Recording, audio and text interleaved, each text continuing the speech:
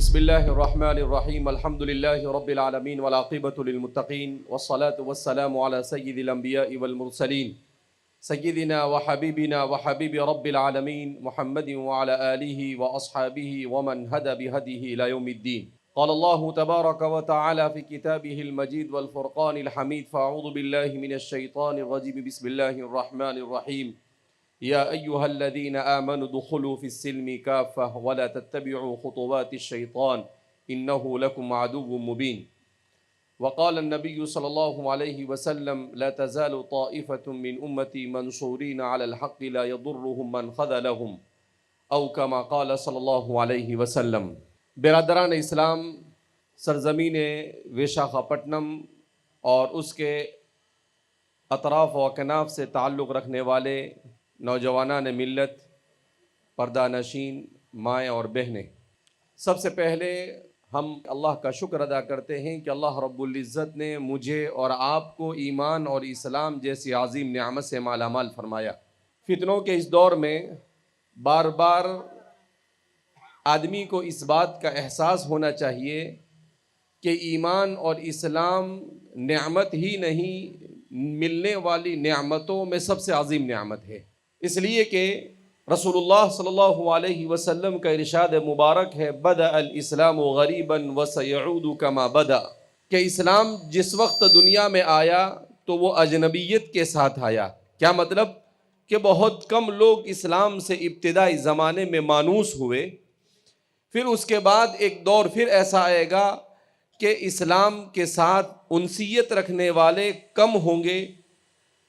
تو ایسا محسوس ہوتا ہے ہم اسی دور سے گزر رہے ہیں جس کے سلسلے میں نبی کریم صلی اللہ علیہ وسلم کا ارشاد مبارک تھا کہ بدأ الاسلام غریبا وسیعود کما بدأ۔ اس لیے مسلمانوں کو ہمیشہ اس بات کا احساس ہونا چاہیے کہ اللہ رب العزت نے جو دین مجھے اور آپ کو عطا فرمایا ہے وہ کامل و مکمل دین ہے۔ وہ دین ہمیں زندگی اس طرح سے گزارنے کا سلیقہ سکھاتا ہے جس سے انسان کی دنیا بھی سنور جاتی ہے اور انسان کی زندگی کا مقصد یعنی اللہ کی رضامندی بھی حاصل ہو جاتی ہے۔ اسی لیے قرآن کریم میں اللہ رب العزت نے ارشاد فرمایا ان الدین عند اللہ الاسلام، کہ اسلام ہی اللہ کے نزدیک یہ ایسا دین ہے جس کو اللہ نے قبول کیا ہے، بلکہ اللہ نے انسانوں کی ہدایت اور رہنمائی کے لیے اسے بھیجا ہے۔ قرآن میں اللہ اسی لیے فرماتے ہیں وَمَن يَبْتَغِ غَيْرَ الْإِسْلَامِ دِينًا فَلَن يُقْبَلَ مِنْهُ، کہ جو اسلام کو چھوڑ کر کسی اور دین کو قبول کرے گا اللہ رب العزت اس کی طرف سے کسی چیز کو ذرہ برابر بھی قبول نہیں کرے گا۔ هَبَاءً مَنْثُورًا، قرآن میں اللہ فرماتے ہیں جس نے کلمہ نہیں پڑھا ہوگا، جس نے رسول اللہ صلی اللہ علیہ وسلم کی رسالت پر ایمان نہیں لایا ہوگا، وہ چاہے کچھ بھی کر لے مگر اس کے تمام اعمال ہباء منثورا، یہ ہوا میں دھول جیسے اڑتی ہے ایسے اڑا دیے جائیں گے، دنیا اور آخرت میں اس کا کوئی فائدہ اسے نہیں مل سکتا ہے۔ الحمدللہ وشاکھاپٹنم کا نام کافی عرصے سے سن رکھا تھا مگر اتفاق نہیں ہوا یہاں پر آنے کا۔ اس مرتبہ ہمارے وشاکھاپٹنم کے ذمہ داروں میں سے عبدالعلیم بھائی حیدرآباد سے تعلق رکھتے ہیں، انہوں نے اصرار کیا کہ آپ کو کسی بھی صورت میں وشاکھاپٹنم آنا ہے۔ میں نے کہا کہ ٹائم ایڈجسٹ نہیں ہو رہا ہے، تو کہا ایک تو وشاکھاپٹنم آنا ہے اور صرف اتوار کو ہی آنا ہے، اس لیے کہ اتوار کے علاوہ ہمارے وشاکھاپٹنم والے جمع نہیں ہوتے ہیں۔ تو بڑا مسئلہ ہو گیا، اس لیے کہ پچھلے تقریباً 3-4 مہینے سے اتوار، یعنی ہر اتوار تقریباً فل رہتی تھی۔ تو پھر ہمارے ایک جگہ کا پروگرام تھا، میں نے ان سے کہا کہ بھائی آپ کے یہاں میں آتا رہتا ہوں، اس مرتبہ آپ کسی اور کو بلا لیجئے، مجھے وشاکھاپٹنم جانا ہے۔ تو وہ راضی ہو گئے، مشکل سے راضی ہوئے۔ بہرحال یہاں کا پروگرام بنا، اس بیچ میں ایک اور پروگرام بن گیا ایجپٹ کا، مصر کا۔ تو میں 2 دن پہلے وہاں چلا گیا، عبدالعلیم بھائی کو فون کیا کہ میں یہاں کسی کام سے آیا ہوں اور ایسا لگ رہا ہے کہ نہیں آ سکتا۔ تو کہا کہ یہ ہو ہی نہیں سکتا کہ آپ نہیں آ سکتے، کچھ بھی ہو جائے آپ کو آنا پڑے گا، اگر آپ نہیں آئیں گے تو یہاں تو قیامت قائم ہو جائے گی۔ تو میں نے کہا کہ بھائی اتنے جلدی قیامت آ جائے اس سے اچھا اپن ہی پہنچ جائے وہاں پر۔ تو اس لیے پھر میں نے بہرحال پروگرام بنایا اور الحمدللہ اللہ کے فضل سے، اس کی مدد سے، اس کی توفیق سے یہاں پر پہنچا کہ الحمدللہ اللہ رب العزت نے والد بزرگوار سے ہندوستان کے مختلف خطوں میں، ایسے خطوں میں کام لیا ہے جن خطوں میں واقعتاً کام کی ضرورت تھی، انہی خطوں میں سے ایک وشاکھاپٹنم ہے۔ تو میں نے سوال کیا ہمارے عبدالعلیم بھائی سے اور سہیل بھائی سے، میں نے کہا والد صاحب کو یہاں لایا کون؟ اتنا دور وشاکھاپٹنم، کہاں وشاکھاپٹنم، کہاں اکل کنواں، کوئی جوڑ معلوم ہوتا نہیں ہے، یہاں کوئی فلائٹ آتی نہیں ہے، اور 25 سال 26 سال پہلے آپ کا کہنا ہے کہ یہاں آئے، تو یہ یہاں پہنچے کیسے؟ عبدالعلیم بھائی اور سہیل بھائی نے بتایا کہ عبدالصمد بھائی نورانی کر ہمارے گجرات سے تعلق رکھتے ہیں، تو وہ عبدالصمد بھائی نورانی جو ہے، انہوں نے والد صاحب کو یہاں کے بارے میں تفصیلات پیش کی۔ ابھی حاجی عبدالرحمن صاحب نے بتائی پوری تفصیلات کہ کس طرح سے وہ عبدالصمد بھائی نورانی سے ملے اور والد صاحب سے ملاقات ہوئی، اور پھر اس کے بعد والد صاحب نے کیسے یہاں پر پروگرام بنایا۔ آپ نے بتایا کہ مولانا ذوالفقار صاحب جو ہمارے والد صاحب کے استاد تھے، جو اس زمانے کے بڑے محدثین میں آپ کا شمار ہوتا ہے، بڑے گمنام، ابھی 4-5 سال پہلے آپ کا انتقال ہو گیا، تو بتایا کہ آپ مولانا ذوالفقار صاحب کے ساتھ والد صاحب یہاں پر پہلی مرتبہ تشریف لائے تھے 99 یا 2000 ایسے کسی زمانے میں۔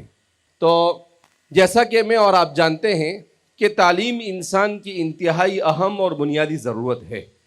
میں ابھی اس وقت آپ کے پاس آ کر کھڑا ہوں، میں نے ہوائی جہاز سے تقریباً 13 یا 14 گھنٹے کا سفر کیا اور یہاں پہنچا میں وشاکھاپٹنم۔ 1.5 دن کے لیے میں مصر میں تھا۔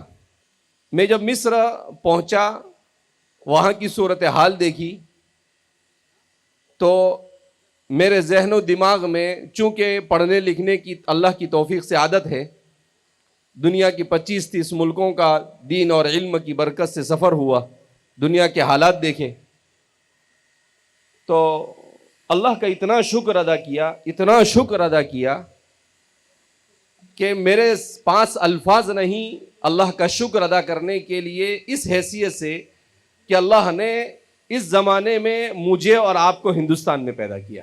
آپ کہیں کیوں، کیا ہوا، آپ نے مصر میں کیا دیکھا؟ اتفاق سے پہلی مرتبہ مصر جانا ہوا۔ جب وہاں پر ہم پہنچے، ایئرپورٹ پر اترے، تو سب سے پہلا تاثر تو میرا یہ تھا کہ بھئی مصر اور ہندوستان میں کوئی زیادہ فرق نہیں ہے۔ تو میں نے اس کو کہا کہ عربوں کا ہندوستان مصر معلوم ہوتا ہے، کلچر کی بہت ساری چیزیں ملتی جلتی۔ جب ایئرپورٹ سے باہر آئے تو دیکھا ایک مجسمہ ہے۔ کس کا مجسمہ بنا ہوا ہے؟ فرعون کے زمانے کی قبطیوں کا مجسمہ بنا ہوا ہے۔ اب چونکہ میں نے حضرت مولانا علی میاں صاحب ندوی نور اللہ مرقدہ کی کتاب ماذا خسر العالم بانحطاط المسلمین، دنیا پر مسلمانوں کے عروج و زوال کا اثر، اور اس طرح کی کتابیں جو فکری کتابیں ہیں وہ پڑھ رکھی تھی، تو جیسے ہی اس پر نظر پڑی، فوراً وہ تاریخ کے وہ صفحات دل و دماغ کے اوپر گردش کرنے لگے، جس کے سلسلے میں بیان کیا گیا تھا کہ کس طریقے سے پچھلے 400 سال سے اسلام کو دنیا میں کمزور کرنے کی کوشش کی گئی، اور اس کوشش میں مصر سے آغاز کیا گیا۔ بہرحال میں جب ہوائی جہاز میں بیٹھا تو میں نے 6 گھنٹے میں مصر کا پورا سفر نامہ لکھا موبائل پر بیٹھ کر، کہ مصر میں کیا دیکھا، کیا پایا، اور ہمیں اس سے کیا سیکھنے کو ملا۔ اس سے ایک بات یہ سمجھ میں آئی کہ اللہ رب العزت نے ہمارے اس دور میں اسلام کی حفاظت کا سب سے کامیاب ماڈل اگر کہیں پر پیش کیا ہے تو وہ ہندوستان میں پیش کیا ہے۔ ہندوستان سے زیادہ اسلام کے اعتدال کے ساتھ افراط اور تفریط سے پاک کوئی ماڈل اس وقت دنیا میں آپ کو نہیں مل سکتا ہے۔ یہ میں دنیا کے 30 ملکوں کا سفر کرنے کے بعد علی وجہ البصیرہ کہہ سکتا ہوں۔ تو اس لیے کہ عجیب خرافات دیکھی میں نے وہاں پر۔ ایک چیز تو یہ دیکھی کہ وہاں پر 99% لوگوں کے چہروں پر داڑھیاں ہی نہیں، یہاں تک کہ علماء اور قراء کے چہروں پر بھی داڑھی نہیں، بالکل صفاً صفا۔ دوسرے نمبر پر عورتوں میں پردہ مشکل سے 1%، شاید 1% سے بھی کم ہوگا۔ تیسرے نمبر پر مسجدوں کا یہ حال کہ فجر کی نماز پڑھنے کے لیے میں گیا تو مسجد میں 3 مصلی تھے۔ کتنے مصلی تھے؟ 3 مصلی، اور امام صاحب بالکل صاف۔ امام صاحب کو پہلی رکعت میں بھی لقمے مجھے دینے پڑے اور دوسری رکعت میں بھی مجھے لقمہ دینا پڑا، ایک ایک نہیں 2 4 لقمے دینے پڑے۔ مجھے تعجب ہوا۔ بہرحال وہ وہاں کے 36 گھنٹے حیرت انگیز گھنٹے تھے۔ اس کے بعد وہاں پر ایک مسابقۃ بورسعید الدولیہ کر کر ایک قرآنی کمپٹیشن تھا۔ اس کی افتتاحی مجلس میں تھکا ہوا تھا، میں سو گیا۔ تو میں نے کہا کہ بھائی میں تو لمبا سفر کر کر آیا ہوں، میں اگر آنکھ کھل گئی تو میں شریک ہو جاؤں گا، ورنہ معذرت۔ تو انہوں نے کسی طرح سے مجھے ڈھونڈ لیا، ہمارے دوست ہیں یمن سے تعلق رکھنے والے، تو سویا ہوا تھا، مجھے آ کر اٹھایا اور کہا کہ آدھا گھنٹہ پروگرام لیٹ ہوا ہے آپ کی وجہ سے۔ میں نے کہا میں نے آپ کو پہلے ہی کہا تھا کہ بھئی اگر میں اٹھ گیا تو ٹھیک ہے، نہیں اٹھا تو آپ معذرت سمجھ لینا۔ بہرحال ہم پروگرام میں گئے۔ جب پروگرام میں پہنچے تو وہاں پر مرد و زن کا اختلاط، عورتیں مرد سب ساتھ میں۔ مسجد میں گئے جمعہ کی نماز کے لیے، وہ تو بتانا بھول گئے آپ کو، تو مسجد میں بھی عورتیں مردوں کے ساتھ ویڈیوگرافی کے لیے، فوٹو کھینچنے کے لیے مسجد میں بھی عورتیں گھوم رہی۔ جمعہ کا دن ہے، قاری صاحب نے بڑی اچھی قرات کی مگر داڑھی نہ دارد۔ امام صاحب نے نماز پڑھائی جمعہ کی، داڑھی نہ دارد۔ تو عجیب صورتحال، عرب ہو کر ان کی زبان عربی، مگر جب وہ عربی بولتے ہیں تو شاید 10% بھی مجھے سمجھ میں نہیں آ رہا تھا، حالانکہ الحمدللہ عربی سے مجھے بڑی مناسبت ہے، مگر کیا عربی بولتے ہیں وہی جانتے ہیں کہ کون سی عربی ہے ان کی، کوئی ان کی عربی بھی سمجھ میں نہیں آتی۔ انتہائی ابتر صورتحال۔ میں شام کو جب پروگرام ہوا، اس پروگرام میں قرآن کے اوپر پروگرام پورا، لیکن اس پروگرام میں شریک ہو کر مجھے شرمندگی ہوئی۔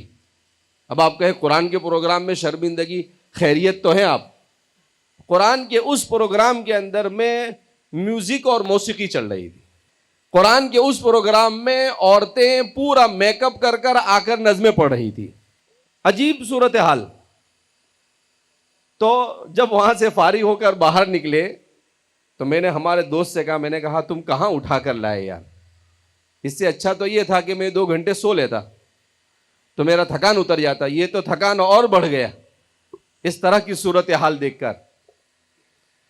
تو وہاں پر ایک دوسرے ہمارے تعلق والے تھے، وہ آئے اور کہا کہ ہذا مصر فیہ عسل و بصل، کہ یہ مصر ہے، یہاں پر آپ کو کچھ اچھی چیزیں شہد کی جیسی بھی دیکھنے کو ملے گی اور کچھ لہسن کے جیسی بدبودار چیزیں بھی دیکھنے کو ملے گی آپ کو۔ میں نے کہا بالکل صحیح تبصرہ ہے آپ کا، اصل سے زیادہ بصل ہی معلوم ہو رہا ہے یہاں پر، یعنی شہد سے زیادہ لہسن ہی معلوم ہو رہا ہے ہر جگہ پر۔ اس کے بعد میں نے ہمارے اس دوست سے سوال کیا، شیخ صادق یمن سے تعلق رکھتے ہیں، ان سے میں نے کہا کہ ہندوستان، انگریزوں نے جب مسلمانوں کو کمزور کرنا چاہا تو 4 جگہوں کو منتخب کیا، ایک ہندوستان، دوسرا مصر، تیسرا ترکیہ اور چوتھا حجاز، مکہ مکرمہ کی سرزمین۔ اور ان 4 جگہوں پر اللہ رب العزت نے کچھ لوگوں کو کھڑا کیا جنہوں نے اسلام کی حفاظت کی ذمہ داری لی اپنے سر پر۔ میں نے کہا 4 جگہوں پر محنتیں ہوئی، مگر میں آپ سے سوال کرتا ہوں، چونکہ وہ ہمارے دوست یمن سے تعلق رکھتے ہیں، وہ بار بار ہندوستان ہماری دعوت پر 2 مرتبہ آئے تھے، تو میں نے ان سے کہا کہ آپ بتاؤ کہ ان 4 جگہوں میں سب سے سکسیس اور کامیاب اسلام کی حفاظت کرنے والی تحریک کہاں پر رہی؟ تو انہوں نے بالکل فوراً کہا ہندوستان میں۔ کیا کہا انہوں نے؟ ہندوستان میں۔ میں نے کہا آپ نے بالکل صحیح کہا۔ میں نے کہا آپ کو میں دوسرا سوال کرتا ہوں کہ ہندوستان میں اسلام اور مسلمان یہ باوجود ہے کہ اقلیت میں اور دوسری تمام جگہوں پر لوگ مسلمانوں کے اپنے ملک ہے، اس کے باوجود بھی اسلام کی ویسی حفاظت نہیں کر سکے جیسے ہندوستان کے اندر میں حفاظت ہوئی، اس کی کوئی وجہ آپ کو سمجھ میں آتی ہے؟ تو انہوں نے کہا نہیں۔ میں نے کہا اس کی وجہ یہ ہے کہ اللہ جزائے خیر عطا فرمائے ہمارے علماء کو، کہ جب انگریزوں نے اس ملک سے اسلام کو ختم کرنے کی کوشش کی تو ہمارے علماء نے 4 طرح کی محنتیں کی۔ کتنی طرح کی محنتیں کی؟ 4 طرح کی۔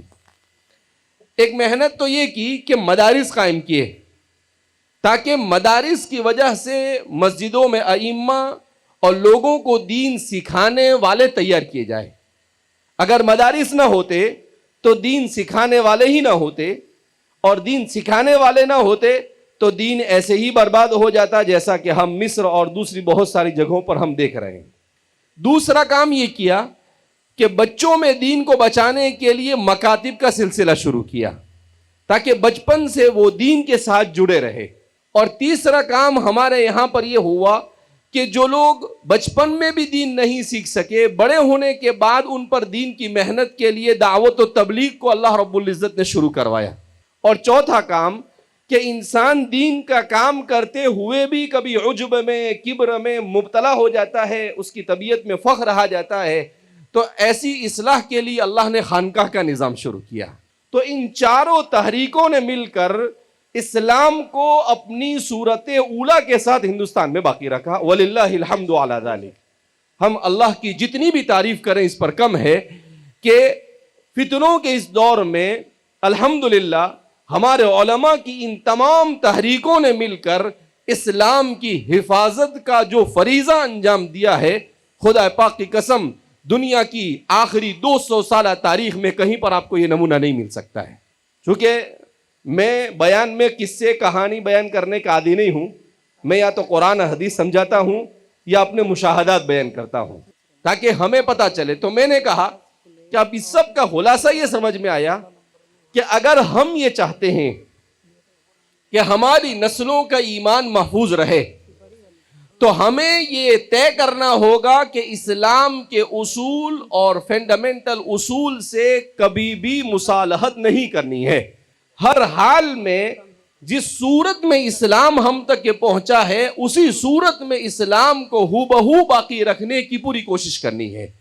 لہذا ہمارا ان مدارس کو تقویت پہنچانا، مکاتب کے نظام کو مضبوط کرنا، دعوت و تبلیغ کے نظام کو مضبوط کرنا، خانقاہ کے نظام کو مضبوط کرنا، ان سب کو مضبوط کرنے کے لیے ہمیں فکر مند ہونا چاہیے۔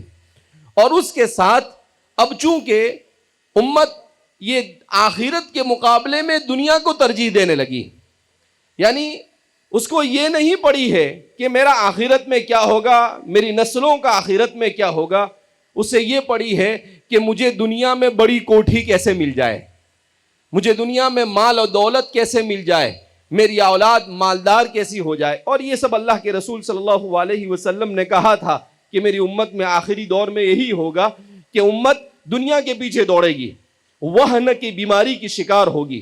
اللہ کے رسول کی ایک روایت بیان کر کے اپنی بات کو ختم کرتا ہوں۔ آپ صلی اللہ علیہ وسلم نے ارشاد فرمایا ان الامت قد تداعى عليكم كما تداعى ان الامم قد تداعى عليكم كما تداعى الاكلة على قصعتها، کہا دنیا کی تمام باطل طاقتیں تم پر ٹوٹ پڑے گی ایسے ہی جیسے بھوکا دسترخوان پر ٹوٹ پڑتا ہے۔ تو ایک صحابی نے سوال کیا او من قلت نحن یا رسول اللہ، اللہ کے رسول صلی اللہ علیہ وسلم کیا ہم اس زمانے میں کم ہوں گے؟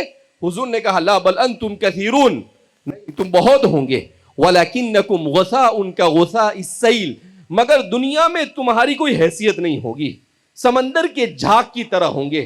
سمندر میں کوئی بھی چیز آپ ڈالو تو وہ کیا کرتا ہے؟ سمندر اس کو کنارے پر لا کر چھوڑ دیتا ہے، اسی کو کہتے ہیں۔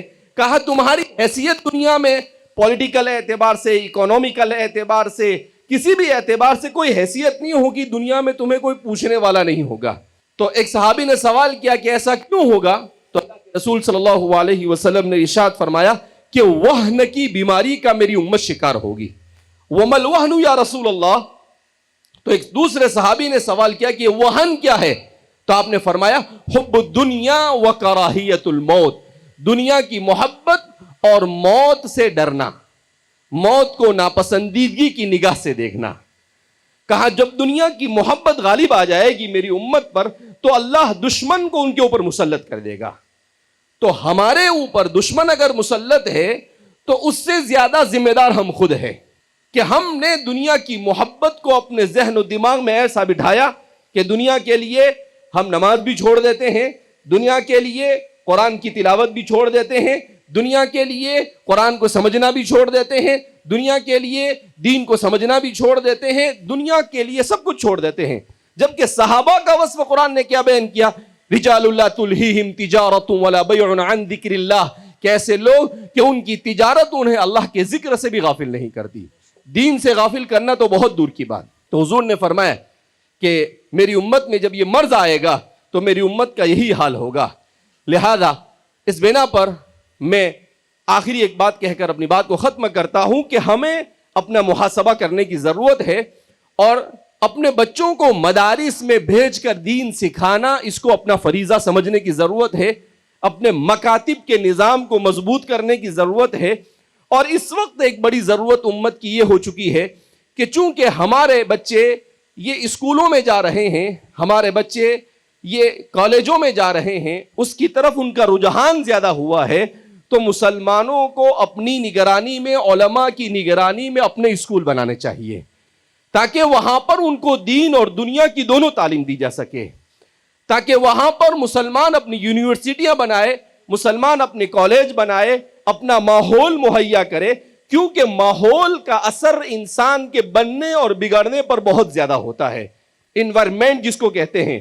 لہذا اپنا ماحول بنانے کے لیے اپنے مینجمنٹ میں اپنے علماء کے ساتھ مل کر ہمیں اپنے اداروں کو قائم کرنے کی ضرورت ہے۔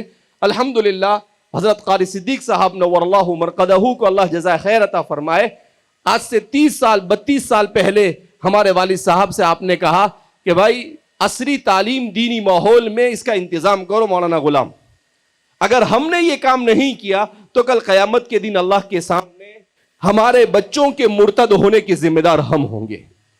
الحمدللہ وہ کام شروع ہوا اور آج ہزاروں بچے، 10,000 بچے جامعہ کی کالجوں میں پڑھ رہے ہیں، ان کا دین بھی محفوظ ہے اور دنیاوی تعلیم بھی حاصل کر رہے ہیں۔ یہاں پر بھی ماشاءاللہ دیکھ کر بڑی خوشی ہوئی کہ جامعہ کا یہ مشن وشاکھاپٹنم میں بھی بڑی مضبوطی کے ساتھ آگے بڑھ رہا ہے۔ آپ حضرات مزید اس کو مستحکم اور مضبوط کرنے کی کوشش اور فکریں کریں۔ ماشاءاللہ مولانا متی صاحب، حافظ متی صاحب اور ان کے رفقا مخدوم صاحب وغیرہ بڑی محنتیں کر رہے ہیں۔ اللہ رب العزت آپ سب کی محنتوں کو قبول فرمائے اور ہمارے اس ادارے کو دین دگنی رات چگنی ترقیات سے مالا مال فرمائے اور ہم سب کو ایمان اور اسلام کے ساتھ زندگی گزارنے کی توفیق مرحمت فرمائے۔ کفر سے، شرک سے، نفاق سے اور ہر قسم کے گناہوں سے ہماری حفاظت فرمائے۔ اللہ کہنے سننے سے زیادہ عمل کی توفیق مرحمت فرمائے۔ والسلام علیکم ورحمۃ اللہ وبرکاتہ۔